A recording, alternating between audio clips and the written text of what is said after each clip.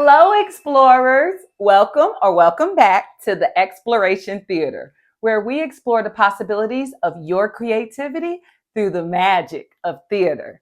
I am so excited that you've joined me today. Did I tell them my name? I don't think I said my name. If you're new here, you don't know who I am. It's me, Kirby. We are going to be crafting to match a read aloud. Now, please stick around to the end so you can hear more about that book. But today we are making firefly jars, and at the end you'll see how wonderful they look when they glow in the dark. So let's hop right into it. Are you ready to get started? I'm ready. Let's do it. Here are the materials you're going to need for today's project. We're going to need a mason jar. You can use a plastic or a glass jar, just depending on if you have adult supervision or permission to use the glass. I'm going to actually use this smaller jar today, but I will also go over how to use the jars that have a little bit of texture, like the traditional mason jar. I'm going to need a paint pen, an acrylic paint pen.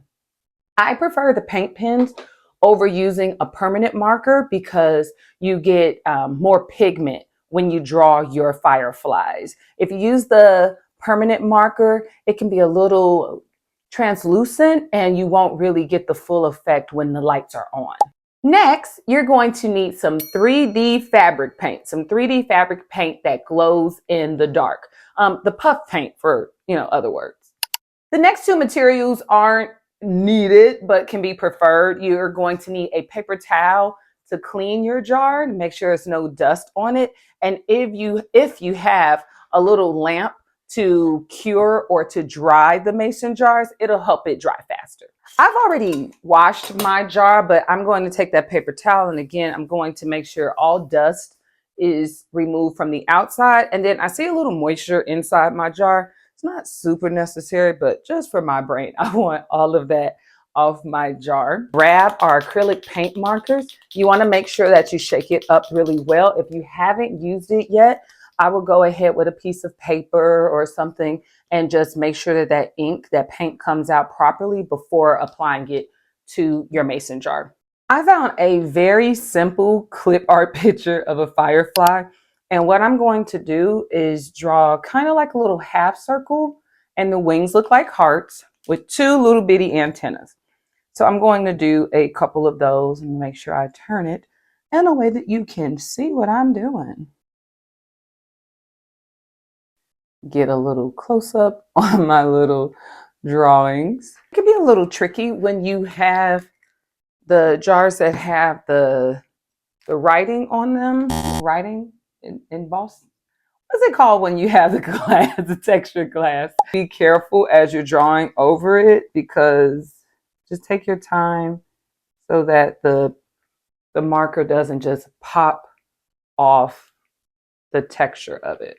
My jar is all dry. Now you may be looking at it thinking there are not a lot of fireflies in there, Kirby, but I don't want my jar super full. If you want to have 20 fireflies in your jar, draw them. If you want just 3, draw them. It's all up to you and your imagination, okay? So let's move on to the next step, and that is taking our 3D paint. When you do this, you want to do it slowly so you can build up the thickness of it so it really glows, okay? So I'm gonna actually test this. I'm gonna take my little paper towel and make sure. There we go, because I am clumsy. And if you're clumsy like me, make sure you take your time. And I'm gonna get a nice little bulb of paint. Let's see, did I get that in the camera good enough? A little bulb of paint.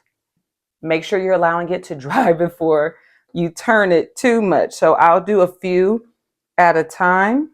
I almost did too much paint right then. Yeah. If you have a little nail lamp, little LED or UV lamp, it comes in handy, because it even says on the packaging of the paint that if you have one of those lamps, you can use it to help cure the paint or dry the paint a little faster. So I'm going to do that just a little bit. This paint, you should allow it about 4 hours to dry. That's when you're using on fabric. I am very clumsy, a little jinxy, so I like to let things dry overnight before I typically handle them too much. But I am going to help this along just a little bit. We have all of our puff paint, 3D paint drawn over our lightning bugs. As we used to call them when I was a kid. The last step that you need to do on your jar, I like to add a couple of dots at the top to make sure your fireflies could breathe. I have both jars done now, so there's only one last step left, and that's to turn off the lights. So let's cut these lights so you can see them glow in the dark. Please glow. Yes! Okay, I hope yours turned out this awesome. You can see those fireflies dancing in the jar. How awesome would this look in your room at night? Thank you so much for crafting with me today. I love this project because one, I get to recycle or upcycle, whichever term you like to use. If you would like to see the book that encouraged this craft, please check out my read aloud of Ari J's Firefly Rescue, written by Ayin Heath Drew and illustrated by Shamar Knight Justice. Until next time, keep exploring. Wait. Before you go, make sure that you like and subscribe. See you next time, explorers.